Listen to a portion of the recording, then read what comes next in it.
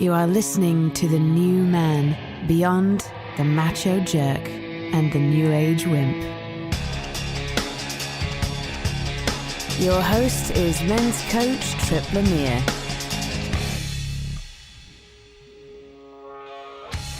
Is your work a nuisance that just keeps you from living your dream? Are guys at the highest level deeply insecure? And when does being bold turn into being reckless? David Perel gave up his dream of being a pro racing driver and became a tech startup founder. But dreams die hard. In this amazing story, David recalls his bold and sometimes reckless choices to go against the odds so he could race at the highest level. And somehow, he nearly starved while driving a Ferrari. Welcome to the new man. Today we're talking with David Perel. He's a professional racing driver for the Rinaldi racing team in the Blancpain GT series. I want to make sure I say that right. Yeah? That's correct. Yeah, which means he drives a Ferrari very quickly around a track. So you're also a driving coach and somebody I've been following now for a while, and I'm really excited to talk to you. So thanks for coming on the show. Thanks for having me, Tripp. Much appreciated. Looking forward to our chat. You know, to set a little context, you know, even if you're somebody that's listening and you don't really follow motorsport, your story, David, is really inspiring, and I think it's stuff that we can all relate to. We have dreams. Maybe the dreams took a gut punch and we thought they were over. And then I just want to explore that with you today, of like what that process was like, and then how you came back. And there were a lot of odds against you. And I just want to learn about this process too. So, you know, if you're out there and you're listening and there's this kind of like, gosh, is the dream over? Is this thing that I really care about over? You know, where do we find that gear in us that's the whatever it takes gear, that dedication, and to really go after something that we care about. So I get that when I read your stuff or I watch your videos, and it's like, yeah, they just get fired up. And so I want to share that with the listeners today. So you started out in motorsport as a kid, right? Doing the karts. Is that right? Pretty much late. I started what we consider late. Towards the end of 14 years old, I discovered karting through a family friend. And my brother and I got into the process of begging my father to buy us a kart. And he didn't want to spend the money. I mean, karting's not cheap. And he didn't want us to get into motorsport because he knew that it's a really tough sport. It's dominated by how much money you can find or have. And it's not necessarily a meritocracy. So he encouraged us not to do it. But eventually we pushed hard enough. He bought us a secondhand kart that I used primarily. And I did a year in that kart, or 2 years, I can't remember. Already at that point, the bug had bitten me 110%. I knew exactly what I wanted to be for the rest of my life, which was a professional racing driver. I did karting from the age of 15 to the age of 23. And I mean, looking back now with perfect hindsight, I should have got on a plane by myself with a bag when I was 21 and moved from South Africa to Europe. But I didn't have the guts to do it. And you know, it was kind of also was discouraged. You know, my dad kept saying, you know, he'll help me, he'll help my brother and I with racing until we're 18. He'll like give us some money for the entry and the tires, which was about $200 for a race. But after we're 18, that's it. You have to get a job, you have to study, you have to do something, you have to start a life. Mm-hmm.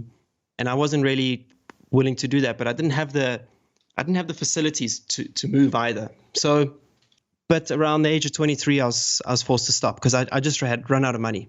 I mean, I was peaking in terms of my results and my abilities, because when I was 23 years old, I went to the karting world finals and I finished 6th. I led the race at one point, the final. So I was definitely, I had a very, very good motorsport coach, and in some ways a life mental coach. He sort of took me on because my dad wouldn't come to the races with us. So we didn't have that sort of adult supervision. So my brother and I would always find someone along the way who would sort of, we'd force ourselves under their wing, if you will. And the guy that I found, Claudio Piazzamusso, he was brilliant. He was a world karting champion himself. And he taught me about the mentality of racing and the dedication that was required. And everything I learned during that period is kind of, It's how I approach life. Yeah. So take me to when you're 23 and you run out of money, and what goes through your head is like, well, that's it. Am I never going to drive again? Or were you bargaining with yourself? Like, I'll find another way. What was happening for you? At the end of age of 23, that was the end of the year that I did the Rotax World Finals. And then there was this opportunity to move up into big circuit racing. We call it single seaters, Formula racing, which is, they look like Formula One cars or Indy cars, but small. They're like juniors. I didn't have the money to make that step, and the team let me in to race with them. And I did 3 races with them, but those 3 races were on the promise that I could find some sponsorship. And at that point, I was proving to be very quick in the car. And I was racing against guys who had much more big circuit experience than myself, and I was beating them. But the money never arrived, so the team kicked me out. I just want to underline that, because I don't think that if we're watching that on, if we're watching this on TV, we don't get that you have to pay to play. When we watch other sports, usually it's the best guys are on the team, and that's what we're watching. Yes. And so, but that's not the case here. The best guys aren't on the team. It's the ones who are good, but then they also can bring the money in. Yeah. So that's pretty much what happens is, as you're climbing the ladder to become a professional, the teams aren't necessarily going to invest in you proving to them that you're good enough. They already have a queue of drivers who are good enough that they could cherry pick from. So it's a buyer's market. And basically, so what the premise is this. It's like, why should I use you, Mr. Talent, when you have no experience? You have as much talent as the next guy, but no experience. So if you have no experience, you're a risk to my team. You're going to cost me money with crashes, and your learning experience is going to cost me money, basically. So if you want to be a part of my team, you have to pay for that experience. And that's just how racing goes. Yeah. Eventually, once you get to a certain level where you are a paid professional and you're good enough, then it kind of starts to turn the other way, where they're only going to pay the best guys to be with them in the first place. Mm-hmm. But to break through that barrier, to go from an amateur to a professional, it's a very thick wall, a very steep mountain, and you need a lot of discipline and a thick skin to cope with the challenges that come with that. Yeah, because you also have to have a game of, it's not just how well I do out on the track, and I'm perfecting that and really building up my skill. I have to go out and raise money. I got to find some way to fund this way of showing up and Correct. Being able to play. So my solution to getting money was to work for it. So the day I left school, I learned how to code. That was a big thing. My dad taught me how to code. And then a year later, my brother came in. He also got taught how to code. He was better at coding than me, but I was better at designing. So we formed a little web company. It was very much a mom and pop website building agency, just my brother and myself. And we did that, and that paid for our racing bills, because we were both racing at that time. Eventually, my brother stopped. He was much wiser than me. I continued. So were you still in the back of your head like, I'm going to make this work, or was it just like, oh well, I found a happy medium. I'm paying my bills, but now I'm able to race a little bit? Oh no, it was every hour I spent at my desk or dollar I made was only to go racing. Okay. So from that age of 18 to 23, those 5 years, I was still obsessed about racing. I had 95% of my attention was on racing, and the other 5% was this nuisance of this Monday to Friday thing that I had to do to go racing. And that was a problem, because we could have maybe been successful sooner financially. With the business? But correct. But I didn't put the necessary attention into it. Okay. So that's how I was paying for the karting. But it was getting much more expensive. And to move to the big circuit stuff, the single seaters, takes a 10x step in finances. And I didn't have that. What kind of numbers are we talking about, just so that the listener can appreciate what you're talking about here? At the time, I was able to go karting for less than $10,000 a year, but I was competing against guys who were spending $50,000 to $80,000. Okay. Um, and then to go from big to big circuit, you're looking at, especially these days, so let's just talk in these days numbers, you're looking at 150 to 500,000 US. Just to race, just to go out there and yes. race, not even for a chance to grab a lot of cash at it. It's just to get out there and be on the track. Just to be on the track. Yeah. If you're looking at as a career, as a return on investment, it's a terrible idea. I was 20? I was just about to turn 24, so I was still 23, and I decided I'd just been kicked out the team as well. This single-seater team, Formula team, and I decided that's it. I've had enough. I need to stop racing. I need to let go of this dream, and I need to take the dedication and focus that I had in motorsport and put it into this company that I have with my brother. So that's what I did. I moved into the offices that we worked in. I moved a couch. Yeah, I moved a couch in front of my desk. And my brother and I, my brother was wise enough to rent an apartment, but he just made a lot of better life choices than me, trust me. I would sleep on the couch. There was a shower in the office. I'd sleep in the couch. I'd use the shower in the office. My brother would wake me up in the morning. Then I'd work till midnight, 2 a.m., 4 a.m. Didn't matter. I would just work. And had no friends for that period. It was quite, we were very successful in our business, but it was personally like tough, but I was okay with it. And I woke up every day thinking, why am I not a racing driver? Why am I not a racing driver? Oh, well, I just got to keep working harder until I am a racing driver. And were you doing anything at the time or were you still driving at all? Were you doing anything to maintain your skills and growth? So at that period, when I stopped the racing, I stopped it entirely. I didn't go to racetracks. I stopped watching racing on TV. I didn't go near my simulator. In fact, I sold the steering wheel and pedals, the PlayStation, Gran Turismo. I sold it all. Wow. Because it would have... It is a drug. If you're obsessed with this, with your what you call it, vocation, your ambition, your passion, it becomes a drug, and it's very difficult to get off it. So I had to go cold turkey to forget about it, and I did for 2 years. I just did not go near a racetrack, and I stopped visiting my favorite websites like Autosport and Formula One and all those things. Mm-hmm. I'm a huge Formula One fan. So I would save money. And was there a depression there? I mean, this is a death, right? This is, in a lot of ways, this is a real grieving. Like, I was so obsessed. This was the dream. And now luckily, I would say that, maybe for like a week, I was really upset. But my dad, he's really, he's great. He's awesome. And he just said to me, in my dad's way, he's like, just get over it. Life goes on. Just press that button. That was it. Like, get over it. Yeah. There was like, okay, today's a new day, and tough luck, son. Start making a living, for heaven's sake. Okay.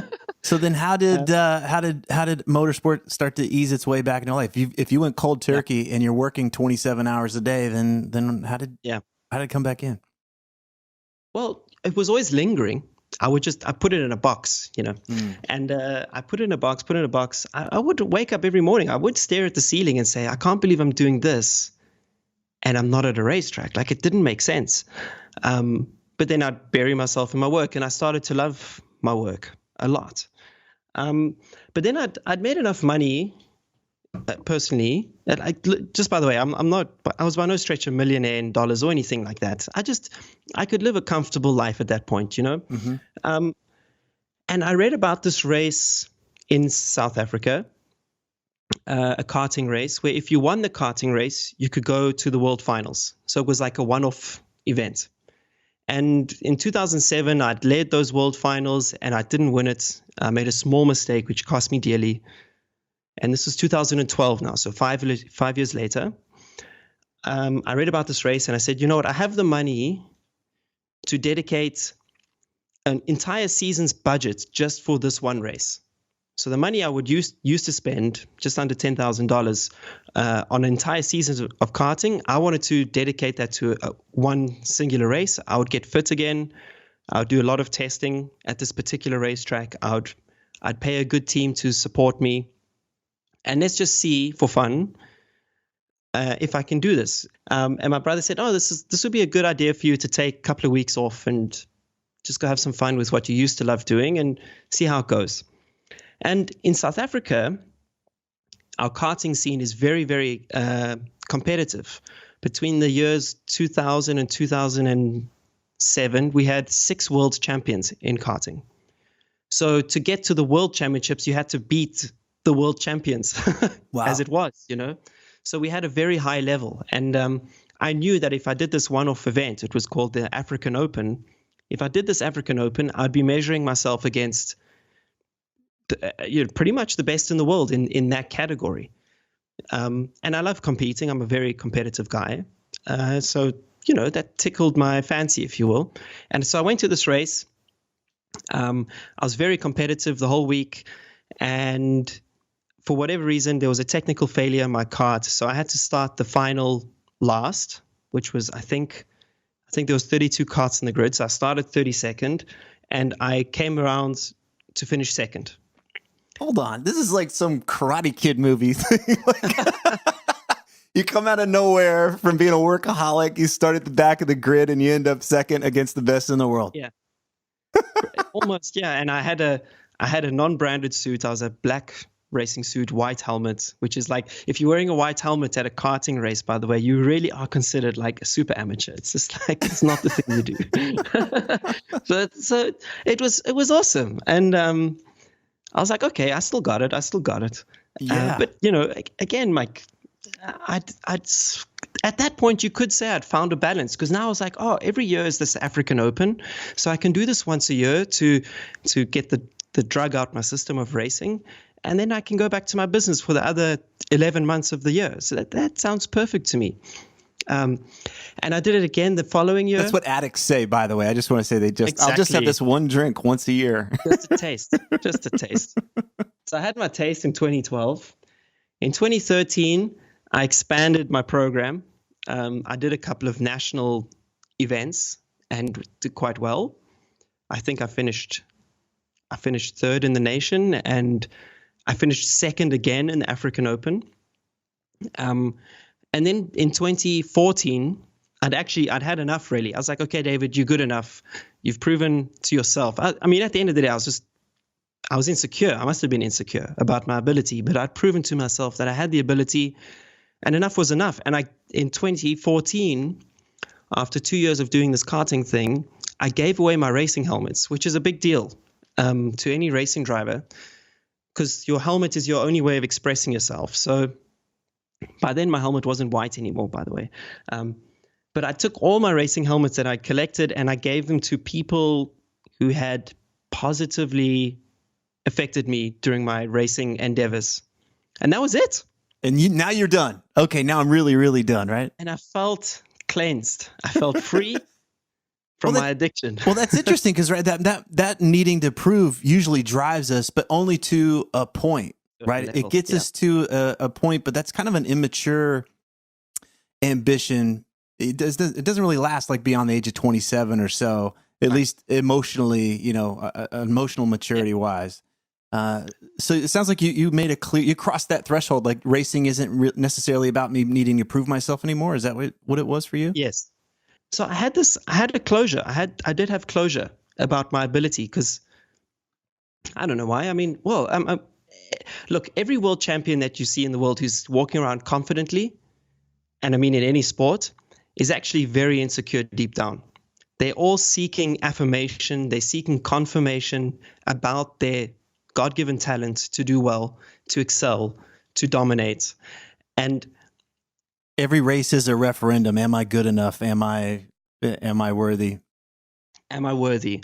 And I'm telling you now, every world champion, multiple world champions probably suffer from it the most, because they're not able to just let go.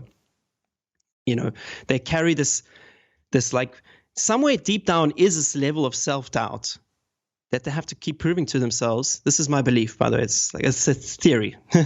And that's why they keep pushing. They keep going to the next level. They keep wanting to prove that they're the best of their generation, the best of all time, the best of any time, etc.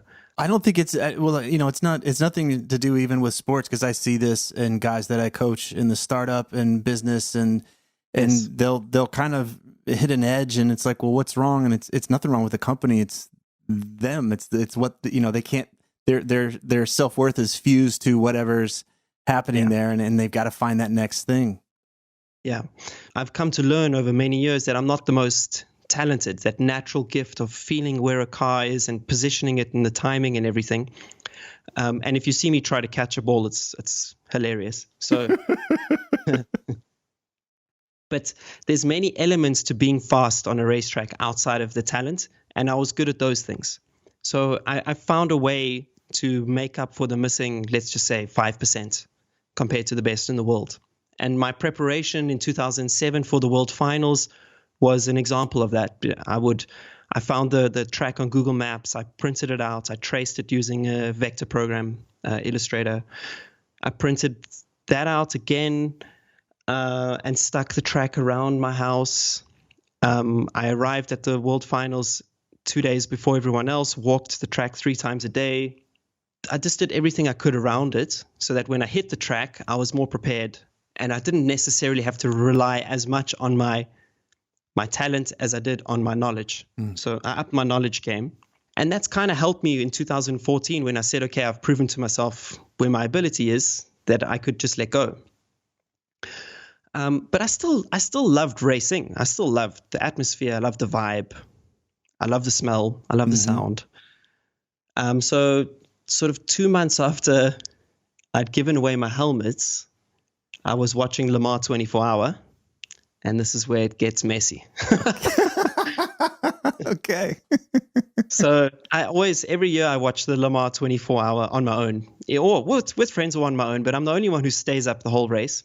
Oh. And it was like around 1 a.m. and I'm watching on an iPad, and I see a driver in the pit lane with his helmet on, and he's basically waiting. It's time for his stint. It's time for the night stint, which I've come to learn is the best thing in the world.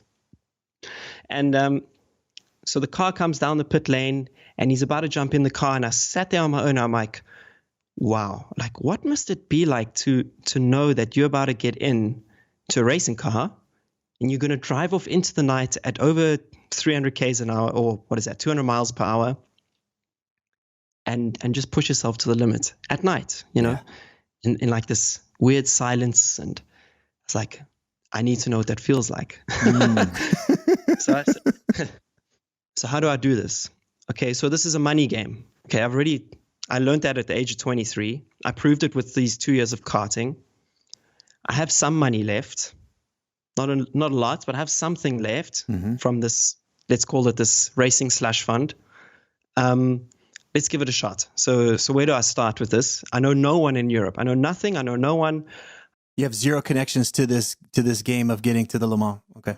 Absolutely zero. I have no connections to racing outside of the local karting that I've done. But prior to this day, and prior to owning and running a business, I would have given up right there and there, right? I had no practice of how to approach this from a business type manner. I would just be a depressed sportsman who would complain about my lack of opportunities. So thankfully, like, this is where my spending some time in some years in the business world really helped me proceed in my career, which I would have not been able to do prior. So it was the answer was staring me in the face for so many years. I literally looked at the TV. I looked every hour or so. They show a summary of the race. They show the positions of all the cars and the drivers and the teams. So I started to write down all the teams on the TV, the names of the teams, all 60, put into a spreadsheet. And on the following Monday, I started to Google and cold call them and email them, asking, can I race with you next year? And I swear to God, this is a 100% true story. 59 said no, all 59 except for one. The final one that I emailed agreed to a Skype call. I'm not joking. I can't even believe you got a response. Like, just that you even got 59 responses is amazing, much less that you got a positive response. Exactly. So, and look, the guy who I got on the call with, His name was Daniel. He was a team owner. He said, "Look, mate, there's no space in my team unless you have." And I'm not joking. The cost of just racing in Le Mans, okay, just that one event for one driver out of the 3 that is in a car, is $300,000 to $400,000. Okay, let's slow this down. So if you're listening right now and you want to have a stint in a Le Mans car, Yes. you're paying $300,000 to $400,000 to race in their car. You pay them to race in their car. Okay, Correct. If you're not the professional, because the car has a mixture of drivers in the car. It has usually 2 amateurs and 1 professional. The professional is being paid, so he's not bringing any operational money to the car. So it's up to the other 2 amateur drivers to pay for that car. Mm-hmm. And the demand for the Le Mans seat is so high that the teams are charging over $1 million to put that car on the grid. So between the 2 amateur drivers, they have to find $1 million. So Daniel said that to me. He's like, "Do you have $1 million?" I was like, "Whew, not really." Let me go look. He's like, "Okay, well then you need a strong CV. You need a strong history of results. Do you have that?" "Nope, never raced in Europe before." He's like, "Well, my friend, then you have a problem." So that was to hear that the reality of what is required was a shocker. Was that like, okay, I'm done? I mean, did you just like, okay, well, that's it. I tried and you quit, or what happened? Yeah, I was pretty much at that point I was done, because I just didn't know. It just seemed like such a tall barrier to get over. But my brother, he's like my number one motivator, but like in a strange way. He also tells me to get over it, Mm-hmm. He's not like, "Yeah, David, you can do it." He's like, more like, "Don't waste your talent, you idiot." So he's like, "Search for like, I don't know, a cheaper series. You don't have to do Le Mans. What's the next best thing to Le Mans? You can try to race a Ferrari or a Lamborghini or something around your favorite racetrack." So I made a list of my favorite racetracks, and then started to Google teams that competed in national championships. Let's just say, for example, the German GT3 championship or the Italian GT championship. And through all of the searching, I finally found a connection to a South African who knew all these teams. His name was Alan MacDonald. And he said, "Well, David, if there's any opportunities, I'll give you a call." And I didn't even know what the budget was or anything, but I had about $20,000 left in this racing slush fund that I'd saved over the 7 years of running my business. And a month later, he called me. He said, "Look, there's this race in Italian GT and it's going to cost you $20,000. Do you want to do it?" And I said, yes, immediately. It was like 2 weeks. I had 10 days to organize a visa. And just bear in mind, from about 2013 to this point, the middle of 2014, I was back on my simulator, cheap one, PlayStation, Gran Turismo. But I was playing Gran Turismo again. I'd been turning some laps, albeit all virtual. Mm-hmm. And I'd never driven such a heavy car around a technical racetrack that I'd went to. I raced in a track in Italy called Imola. It's the track that Ayrton Senna lost his life at. Mm-hmm. It's legendary, but it was on my list of tracks I wanted to experience.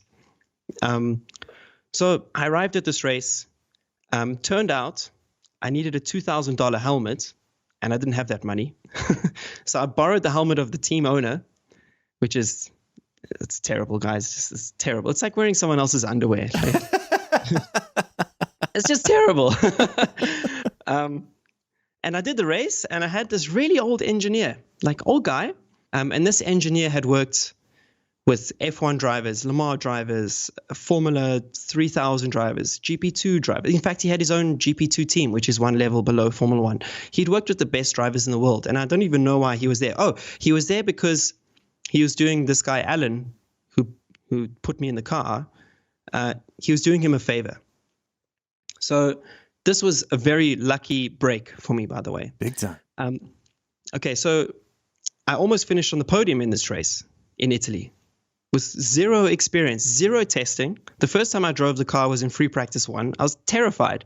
The car felt so heavy. It was so fast. I had no idea how to manage the braking. But by the end of the weekend, who were fighting for a podium, which is cool. It's cool. Yeah. But okay, by now I'd spent all my money. Okay, the money was gone. But I ticked the box of this driving a GT car at a legendary racetrack. Yes, it wasn't Lamar, but it felt cool, right? Yeah. Once again, Dave, go back home, continue with your life. Okay, fine. I'm all done now. Now I'm done. Now I'm done. Yeah, now I'm done. So then at the dinner, the final dinner with my engineer, his name was Gianfranco, he said, look, Dave, you've proved to me today that you could probably turn this into a profession. And that was a big mistake, you know. That was like getting a shot of heroin in my arm. And he said, if any opportunities come up to do more races, I'll give you a shout. And I said, yeah, I've heard that a million times in my life. It's not going to happen. Anyway, go back home. About 10 days later, Alan calls me. He says, look, Gianfranco just gave me a shout. There's this opportunity to race a Lamborghini in the Lamborghini Super Trofeo World Finals, and the race is going to be in Malaysia. It's in 10 days' time. You need to find $15,000. So I'm like, I don't have $15,000, but I found it. Through friends, he wasn't really a friend. He was more like someone who could help me out. And then I took a small loan from a bank. I found the money, made it work. Went to this race. I was with the best Super Trofeo team on the grid, it turned out. We were leading the race, and then I had brake failure, legit brake failure, crashed the car big time at over 200 kilometers per hour. I don't know what that is in miles. What is that, 130 miles per hour? It's up there, yeah. Somewhere there, and broke my leg. Yeah, and the team was so pissed with me. They said, you're an amateur, you crashed a car, it was your fault, go back home, we never want to hear from you again. Wow. I didn't know my leg was broken. It was just very sore, but it felt more like a bruise, but I could still walk in it slightly. So I took the flight back from Malaysia I limped around the airport, and by the time I got back to South Africa, I was in so much pain. Went to the doctor. Oh, you've got a broken leg. So, well, I'm also curious just about that, like that part of us that's always stretching, like, I'm not one of those guys. I don't deserve to be here. And then you have an accident like that, and you hear that. You actually hear it, instead of the validation of being the best, you get the validation that you don't belong. Was that crushing? It was crushing. They told me. So I had the crash in the morning, and I had to stand there the whole day watching them rebuild the car. Then they had another race the next day because they had multiple cars entered in the event. So I stuck around. But I was persona non grata. Like, they were just not interested in seeing me anywhere near them. And they wouldn't. What was really tough was we have cameras in the car, which onboard cameras. And my camera, coincidentally, this is not a lie. It had it wasn't tight enough. So it kind of fell down to the point where you could see my feet in the car. And you could see that when I pressed the brakes, I had the pedal went directly to the floor. So my foot, it was like I was pressing air. Mm-hmm. There was no resistance on the pedal. So then I just went off the track and crashed. The thing is, though, the team refused to look at the onboard footage because they had convinced themselves effectively that it was my fault that I crashed the car. And you were never redeemed? Nobody ever? Well, this is okay. So anyway, pretty devastating, really dark moment. All my confidence of being a good racing driver down the drain. Sure. I went home and heard nothing from the team. That was in November that I had the crash. And then all the way until February, I was just carrying on with my life. And I'd actually sold a share of my business to someone. So if you could say, I kind of recouped some money from my racing. And then this team, which told me that I was never good enough to be a racing driver, they called me and they said, oh, we did some analysis. We realized that the brakes did fail because it happened to someone else a month later. So you're not as bad as we thought. Do you want to race with us for a full season in the Italian GT? You need to find $100,000 US. So you're not as bad. You're welcome back. Yeah. And not only just for a race, we want you for the whole season. Yeah. But you have to pay $100,000 for the season. But bring us the money, right? Yeah. So I was like, okay. And now comes my first big reckless move. I signed this contract for $100,000, only having about 30. Ooh, That $30,000 was the money I'd made from selling a portion of my business. I wasn't going to make that money again with that magic trick, right? right. So I signed this contract, Oh my and gosh. yeah, Now you're on the hook for 70 grand? yes. But now also I'm balls deep now. This is it. I've now made the choice in my life that I'm moving away from being a technical founder to being a racing driver. I'm back on the boat to pursuing my dream to becoming a professional racing driver. I'm now putting all my cards on the table. And we just start this winning streak, and we start winning races. I won my first race in Italian GT, got a pole position, went to the next race, won that one. And there's 7 or 8 races in the season. And by race 3, I'd spent my last dollar. I told the team, they said, look, we knew this anyway. It happens all the time. So we'll start deferring the invoices, and we'll start stretching them out, start playing some poker with the maths here. And then I just started selling everything I had. So I started selling my car. I took another loan. I did a GoFundMe, which I managed to raise $10,000 off that. What else? I did a whole bunch of magic tricks, and I got to the end of the season and had paid all my bills. I'd won more races than anyone during that season, more pole positions. But I knew that I hadn't done enough yet to become a professional. This was only my first year as an amateur racer. I hadn't done a proper endurance race. I hadn't raced at night. I'd only raced in Italy, except for one race in Belgium. So I'm still a nobody. I'm very much a nobody. And then the following season, the same team, Bonaldi Motorsports, they wanted me to race with them again in another Lamborghini championship, but they needed $200,000. And I was like, this is a drug racket. Like, this is it's a pyramid scheme, extortion ring.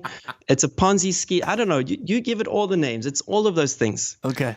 And I didn't have to. I just scraped through finding $100,000. I'd sold everything I had. I promise you, by the time I'd eventually moved to London, which was a year after, I came here with one small bag. I came here with one small bag of clothes. And the apartment that I moved into had a bed. It had no blinds, no curtains. I had no couch. I had nothing. I was eating on the floor for like 2-3 weeks before I could afford to buy my first table. I swear on my life. Wow. But anyway, 2016 came, and credit to by that point, he became my manager, if you will, Alan. He heard about this opportunity to race a GT3 car, a Ferrari GT3 car, in the most competitive GT3 series in the world, which is called the Blancpain GT series. So we did a bit of hustling. This Ferrari team, they needed an amateur ranked driver in their car, and they needed this amateur ranked driver to be fast.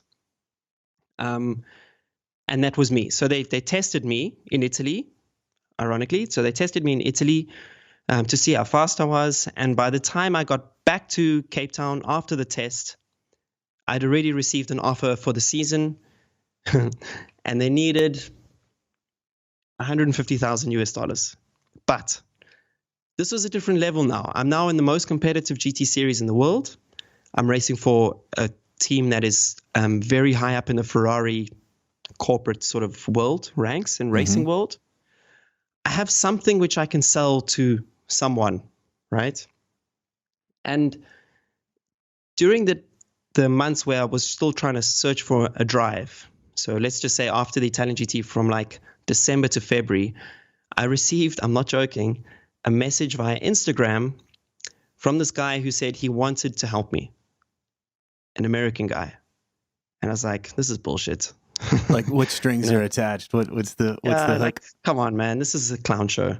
Turns out this guy lived in Cape Town, okay? And he'd heard about me through a friend of a friend who knew that I was struggling a little bit for money for racing. And I kind of, look, I was so pot committed now. I'd like sold my life away and had, without any idea what my next race was going to be or anything, I was taking such massive risks. And this guy, he called me and he said, come meet me at my house. I went to his house. Outside his house was like, I think I counted 11 sports cars, all in white. So he had like a Ferrari 458 Speciale, a McLaren 650, a Lamborghini Huracan. He had like one of each thing in each category at the high end. I'm like, okay, this guy's got 10. So he agreed to help me. And he actually paid for my first test with the Ferrari team. And he agreed to pay for half my season, more than half my season. So I had the money and I was going to wing it again. I was going to wing it. So I was going to sign a $150,000 contract with like $60,000 in hand, which I did. Gee, I mean, madness. Don't try this at home, kids. Is your dad pulling out his hair during this time? Like, he's lost it. He's lost it. He was beside himself. He's like, David, you have to stop doing this. And by this point, I'd stopped telling him of the risks I was taking. Okay, so then we arrive at the first race, and the car fails. I don't drive. Second race, car fails. I don't drive. Ooh. Third race, car fails. I do very little driving. So I have no results on the board. We spent all the money already, and we're only halfway. My sponsor / investor, he pulls out. Ooh. The team pull out. Everything comes crashing down. I raise enough money to do this race called the Spa 24 Hours. So below Le Mans is like a bunch of other prestigious races. I find enough money to do the Spa 24-hour race. And in that race, again, my teammates crashed the car. And luckily, I got some driving, but we were nowhere. The car, I mean, if you look on my Instagram, it was a Bentley. The car's completely destroyed before I even get in it. There was a massive risk I wasn't even going to get in this thing. So then after that, I mean, I had totally lost hope. I promise you now, this is genuinely, up until this point, I knew I could hustle something. I could make a plan. I could sell something. But by now I had not, again, this is exactly like when I was 23 years old at karting. I had exhausted all avenues of continuing on this path. So I sat at home for like 2 or 3 months, just kind of working again. And then this Ferrari team, their name is Kessel, they phoned me and they said, one of your teammates from the Blancpain effort, he wants to race with you and he's going to pay for it. He's going to pay for you to be in the car. So you're going to race for free, basically. And the races are in Hungary and there's another race in Spain. And then we'll see what happens after that. Wow. So we go to Hungary and we win. We go to Spain and we win. And I've reestablished myself out of nowhere. This is the next sort of breakthrough in my career. I reestablished myself and got myself back into the scene by total luck and coincidence and good fortune. And that guy who helped me, his name is Steve. And Steve is still a dear friend of mine. And we continue to drive together. And now I coach him. He's 65 years old and still showing 40-year-olds how to go around racetracks. He's a machine. He's unbelievable. So yeah, then it picked up from there. Then I decided to move to England from South Africa. That's when I moved into my apartment with no furniture. By the way, I thought it was furnished. I thought I had furniture. When I got here, I was shocked. I like bolted to IKEA to buy some bedding. It was like, anyway. And then so that was 2017. And in 2017, I did the Blancpain series again, but I won everything. I won the endurance championship. I won the sprint championship. I won the overall championship. I won the Spa 24 hours. And I won another 12-hour race. I did really, really well. I mean, I just want to slow down. It's amazing. It's one thing to just even finish a race, like you said, because there are going to be technical issues. And it's another thing to actually win, to put it together with the team and the other drivers to win this stuff. It's just, I just want to slow that down. It's really amazing to pull that off. It was ridiculous, frankly. And I knew we just kept winning. And I was like, David, this doesn't happen in motorsport. This just doesn't happen. Yeah. But fundamentally, though, my bets were paying off now. I was starting to prove myself that I wasn't just a good amateur driver. Like, you could put me in the car, and if you were willing to foot the bill, I would bring you your trophy. and that's what a lot of customers want in this form of racing. Mm-hmm. I mean, look, in 2017, I still had to bring a lot of money to the table. And I took my final bank loan at that point, which I'm still paying off, but it was worth it. And at the end, by the end of 2017, I had become in that year, I was the most successful Ferrari driver in the world. I won more races than any other Ferrari driver. I won more championships.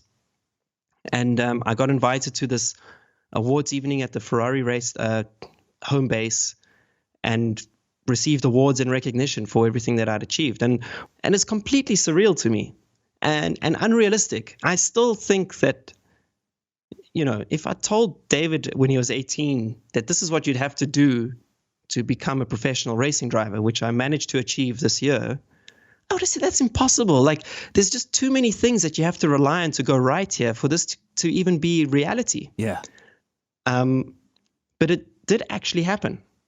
Well, and it happened after it was taken away a few times. I think that's it's one thing when it happens when you're 19 or 20, and I think at that age you're kind of like expect it to happen. It's like we haven't really gone through that dip that life can be really cruel, and so to come back and be in your early 30s and having it happen after it's been like all hope is lost, essentially, like this is never going to happen, and then to find yourself there, I just can't imagine. It was cool. The irony is, at this awards evening, I mean, trust me, my path has been non-linear to say the least. At the awards evening, just before I got there, I found out that the team I'd won everything for no longer wanted me in the team because they needed a driver with money, and I didn't have any money. So they said, Dave, we love you. And I still have a very good relationship with him, but we can't have you in the team anymore. Wow. So even if you're winning, you're not even able to be on the team. Yes. It's about the money. So then this was my final Hail Mary. Okay. So, man, I was so devastated. And I mean, even at the awards evening, I was like, what's the point of winning all these awards if you're not rewarded for it in the long term? Like, why isn't anyone recognizing my ability and everything?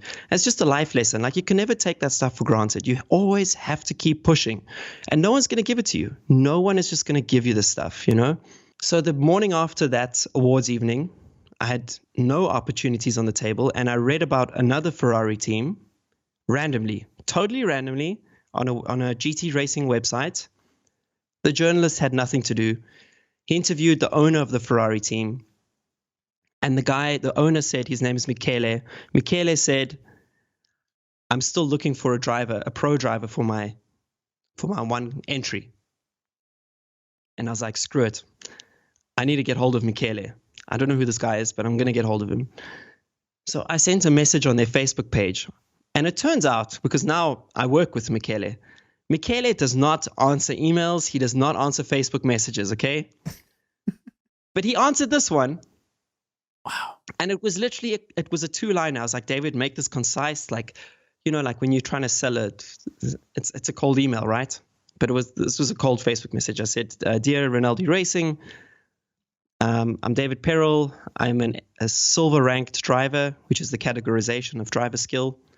And I'm looking for a seat. If you have something, I'm available. Let's talk. And he didn't reply.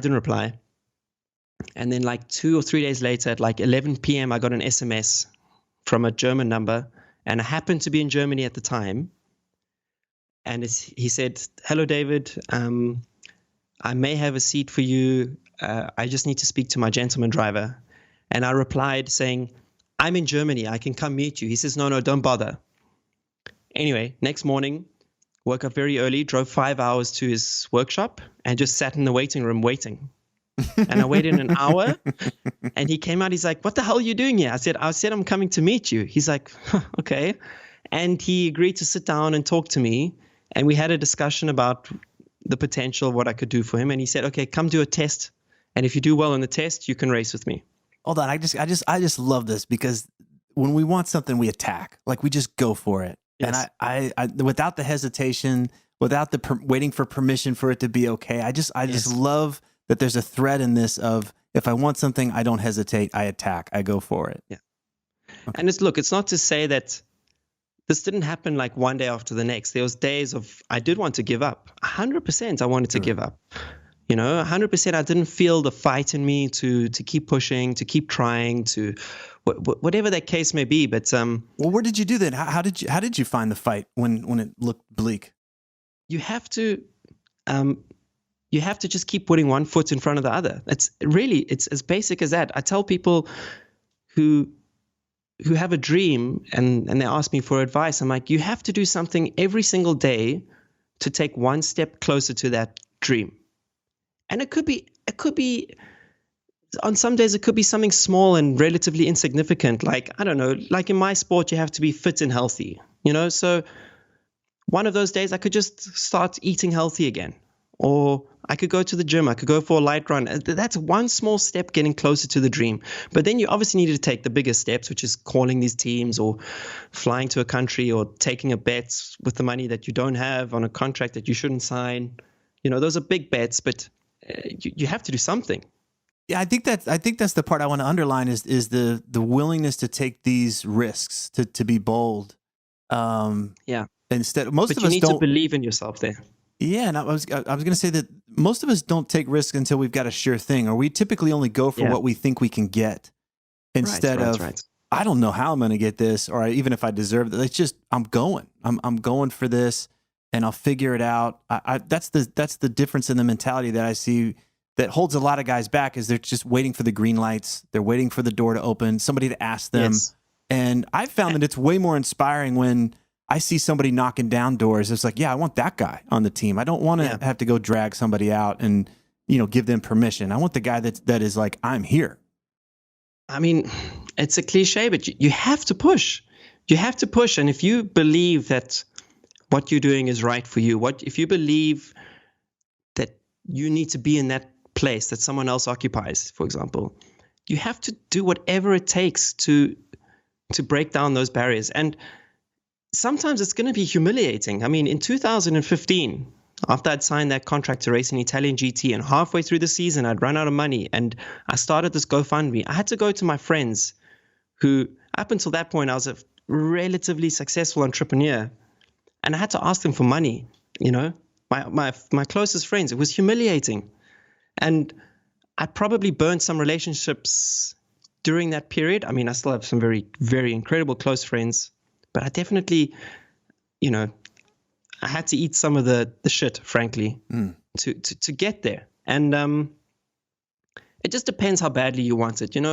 A lot of drivers who, since I started again in 2015 on a serious level, have been faster than me. And I keep repeating this, but they're not professionals. And despite being quicker than me, they haven't gotten to a level that I somehow managed to get to. And it's because they gave up sooner than I did. So another lesson that I have, besides taking one foot in front of the other, is you have to outlast your competition. And that is true in business too. If you really are competing heavily against another company and they maybe have a better product, you just have to keep surviving until the point where you grind them down and you become the dominant player. Or you get that lucky break, and I'm using the word luck loosely. Yeah, there's just a ton of preparation, and then putting yourself in front of an opportunity. That's happening a lot here. Yeah. So the way I explain luck to people, because they're always like, "Oh, David, you're very lucky." I was very lucky. I mean, Gianfranco was a lucky situation. That engineer of mine from the very first GT race, and this finding out about this. This Ferrari drive was lucky, and having this guy send me a DM on Instagram willing to help me was lucky. But luck is showing you a road. It's showing you a path. You have to identify that path is a lucky path, and you have to actually walk down it. Luck isn't the prize at the end of it's not the gold at the end of the rainbow. It's knowing that there is an end to this rainbow and I have to get there. And if I get there, I will be lucky enough because that's where the gold is lying. Mm-hmm. So you have to take all those opportunities. And to be honest with you, when you're in the trenches and the more you're learning about your industry, about your whatever it is that you're trying to pursue, you start to get a good feeling for what is worth pursuing, what is not. But you're still going to have those days where you wake up feeling very dark, very down, very lonely, because no one else knows what you're going through.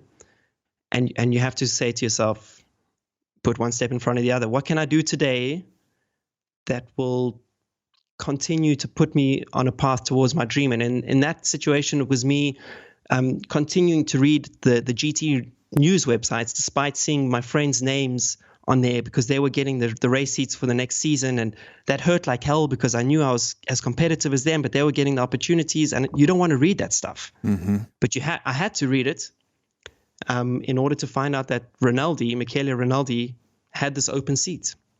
That's how it goes. Yeah. That's how it goes. Yeah. Steer into the discomfort. Yeah. And that was the sort of last of my truly deep struggles, because after that, we're now on chapter 23 of 24 of the book, let's just say, in the hypotheticals here. After that, it went well, and I started to really perform. I started to prove to this team that I was worth keeping around, and eventually, halfway through 2018, they started to pay me to race, which I didn't expect in 2018. And so now you're on this side of the balance sheet when it comes to being a race car driver. Yeah, I'm still paying off that final bank loan, but sure. I can afford to live now. And I can't tell you how strange it is, because I went through a period where I was more than comfortable. And then I went through this period where I genuinely, and I'm not joking, I had no money to eat. So I would figure out, like, okay, if I buy 6 eggs and I skip breakfast, I could treat breakfast as lunch. I can have avocado on toast for dinner. And I can do that for 5 days until I get this next thing. And we wouldn't necessarily think that a guy who's driving Lamborghinis and Ferraris is having a hard time putting a meal together. Yeah, it's a total dichotomy but that's what it took, and I mean, the benefit there is you have to be light as a racing driver. So I was losing weight, I promise you. I'm not joking. It's a true story, and I'd eat on the floor because I couldn't afford the table. But at least I could get to the racetrack. Okay. So. And then where is this voice that's saying Le Mans in your? It's still ear? there. So I did 2 races in a series called the European Le Mans series. I did very well with them. We finished on the podium, which was cool. I proved my pace, but I don't know. I mean, they will be competing in Le Mans next year.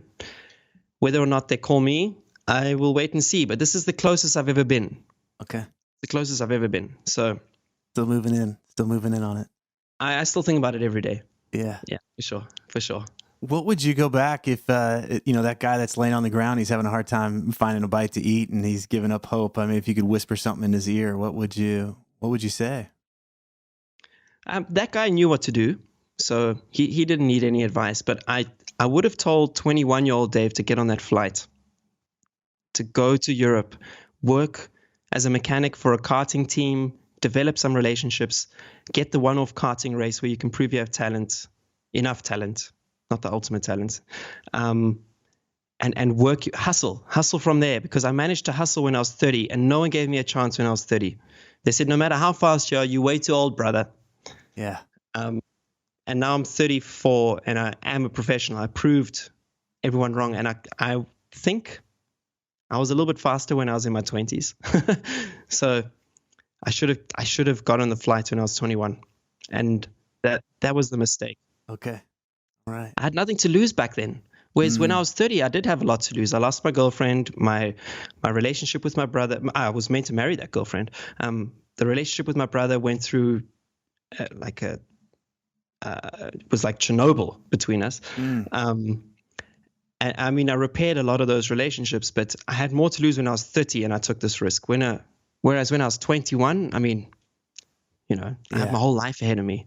Yeah. Relatively speaking, I still do have my whole life ahead of me now, but well, I love going through your videos. You got such a wide variety of stuff. I love how you explain racecraft, and I've learned a ton just going through your stuff. And I love that you really keep in mind that there's somebody watching and somebody wants to learn. You're a great teacher in that way, and a great.